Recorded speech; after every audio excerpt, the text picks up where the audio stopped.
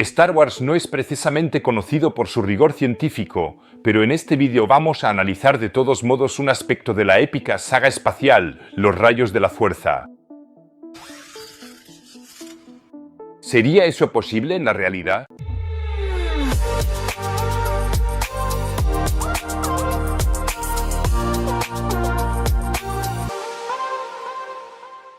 ¿Alguna vez han oído hablar de la tragedia de Darth Plagueis el Sabio? ¿No? Eso me lo imaginaba. No es el tipo de historia que contaría un Jedi. Es una leyenda de los Sith. ¿Y quiénes de ustedes alguna vez se han interesado por los oscuros señores Sith saben que la mayoría de ellos pueden usar la fuerza para lanzar rayos mortales desde sus manos? Sería bastante útil si eso también funcionara en la vida real. Si su café se ha enfriado, podrían simplemente calentarlo de nuevo rápidamente con unos cuantos rayos de la fuerza. Primero que nada, la explicación que se da en las películas de Star Wars para cualquier actividad relacionada con la fuerza, desde el punto de vista científico, la podemos descartar de inmediato, porque ahí se explica así. Ya sea que los Jedi y los Sith levanten objetos pesados con la fuerza, hagan trucos mentales, etcétera, etcétera. Siempre son los midichlorianos los responsables, diminutas formas de vida que se encuentran en la mayoría de los seres vivos. Cuanto mayor es la densidad de midichlorianos, más sensible a la fuerza es un individuo. Especialmente para ustedes, revisé mi sangre y, sorpresa, no hay midichlorianos. Eso podría significar que o soy increíblemente insensible a la fuerza, o que fuera de una galaxia muy lejana no existen los midichlorianos. ¡Qué pena! Pero entonces, ¿cómo podemos conseguir nuestros propios rayos de la fuerza? Tenemos que adentrarnos profundamente en los secretos del lado oscuro de la fuerza, también conocido como ingeniería eléctrica. ¿Podría el aire siquiera conducir los rayos de la fuerza? Porque si la respuesta fuera negativa, los ataques de Palpatine fracasarían simplemente porque a sus rayos de la fuerza les faltaría un conductor. De hecho, el aire no es un buen conductor, sino más bien todo lo contrario, es un buen aislante.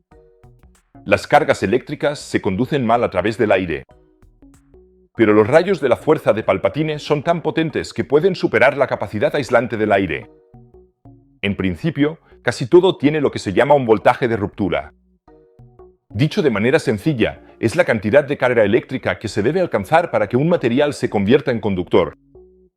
Un buen lema de la ingeniería eléctrica: con suficiente electricidad, todo se convierte en conductor. Y este voltaje de ruptura también lo conocen de su vida cotidiana, aunque en menor medida. Cada vez que reciben una pequeña descarga eléctrica, por ejemplo en la escalera mecánica o cuando flotan un globo contra su cabello, ese es este efecto. Aquí en el planetario tenemos un objeto con el que uno recibe descargas eléctricas especialmente a menudo, una esfera de plasma. Voy a intentar atrapar una ahora mismo.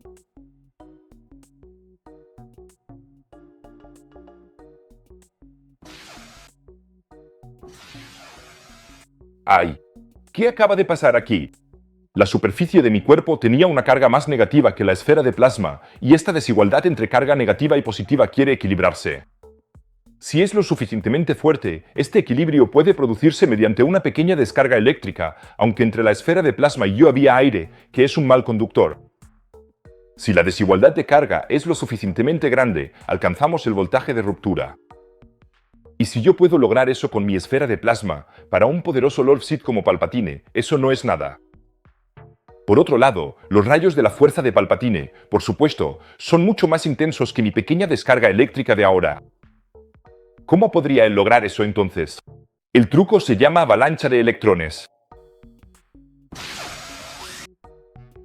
Para entender esto, tenemos que ir al nivel de los átomos. Cuando Palpatine lanza electricidad desde sus dedos, arroja un montón de electrones al espacio, partículas elementales con carga negativa. Estos electrones chocan con átomos y cuando los electrones chocan con átomos, pueden ionizarlos, es decir, energizarlos. Durante la ionización, los electrones son arrancados de un átomo. Y cuando un átomo pierde un electrón con carga negativa, se convierte en un ion con carga positiva. Suena complicado, pero todos ustedes conocen el efecto de la ionización, por ejemplo, a través de las auroras boreales. La radiación solar de alta energía ioniza las capas superiores de la atmósfera terrestre y luego comienzan a brillar en los colores más hermosos.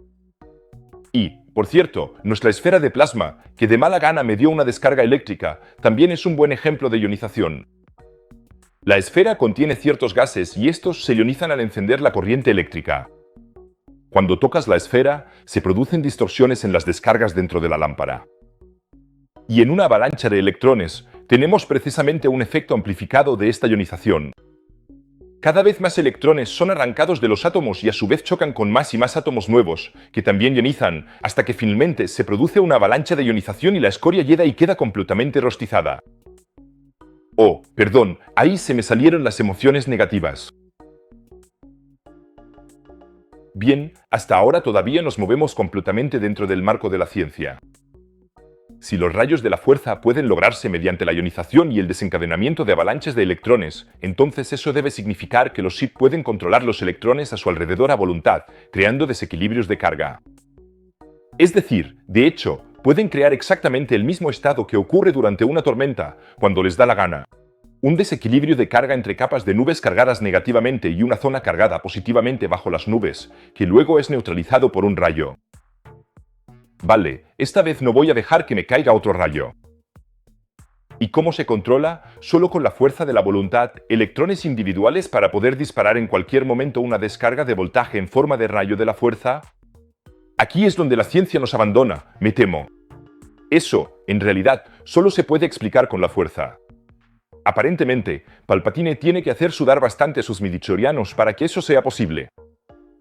Pero eso nos lleva a otra pregunta: si Palpatine aparentemente utiliza su propia energía corporal para manipular electrones, ¿de dónde saca esa energía? Después de todo, los midichlorianos están en su cuerpo. Seguramente ya han oído hablar del principio de conservación de la energía. Este dice que, en un sistema cerrado y sin fricción, la energía total siempre permanece igual. Si Palpatine libera una cantidad extrema de energía a través de sus rayos, de alguna manera tiene que generar esa energía en su propio cuerpo. Porque, hasta donde sabemos, los Jedi y los Sith no usan dispositivos externos para sus habilidades con la fuerza, solo su propio cuerpo. Y la fuente de energía para nuestro cuerpo es, de exacto, la comida. Por fin, una buena excusa para comer algo en uno de mis vídeos. ¿Cuánto y qué tendría que comer Palpatine para obtener suficiente energía para su oscura manipulación de los electrones?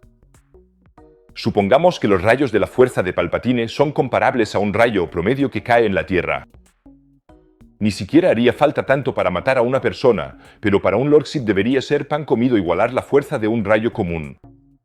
La unidad básica de la intensidad de corriente eléctrica es el amperio, y un rayo promedio lleva consigo unos 30.000 amperios. Convertido a julios, que es la unidad de medida de la energía, eso serían 500 megajulios. Ahora podemos calcular fácilmente cuánta comida tendría que consumir alguien para alcanzar esa cantidad, ya que los julios se pueden convertir en calorías. Así que Palpatine tendría que consumir en la cantina de la Estrella de la Muerte, si es que existe, tantas calorías como para llegar a 500 megajulios. Un Big Mac, que es la unidad de medida más importante de las matemáticas, contiene 500 kilocalorías, es decir, 500.000 calorías. Siempre hay que tener un poco de cuidado con eso, porque muchas veces se habla de calorías en los alimentos. Pero en realidad se refieren a kilocalorías. Vamos a calcularlo. Palpatine tendría que comerse aproximadamente 240 Big Macs en el desayuno para lanzar un rayo de la fuerza contra Luke que tuviera la intensidad de un rayo promedio durante una tormenta. 240 Big Macs no suena tan mal, en realidad. O sea, en un solo día no lo logro, pero en una semana, fácil. Seguramente Palpatine no podría convertir todas las calorías de los Big Macs directamente en rayos de la fuerza, y además necesita energía para el resto de las funciones de su cuerpo. Por eso, por si acaso, debería comerse unos cuantos Big Macs más además de esos 240. Y una vez más, la ciencia nos ha dado conocimientos fundamentales para nuestra vida. Quien quiera lanzar rayos de la fuerza solo tiene que comer muchísimas hamburguesas y, de alguna manera, lograr controlar electrones para desencadenar avalanchas de ionización. Larga vida a la ciencia. Otra película de la que se puede aprender mucho sobre ciencia es Interstellar. En el vídeo que aparece, los llevo de viaje a través de agujeros negros, el espacio y el tiempo. No dejen de hacer clic y échenle un vistazo. Si te ha gustado este vídeo, también me haría muy feliz que te suscribieras a mi canal para poder alcanzar mi gran objetivo de 100.000 suscriptores. Y por lo demás yo diría, que la hamburguesa te acompañe. Adiós, chicos.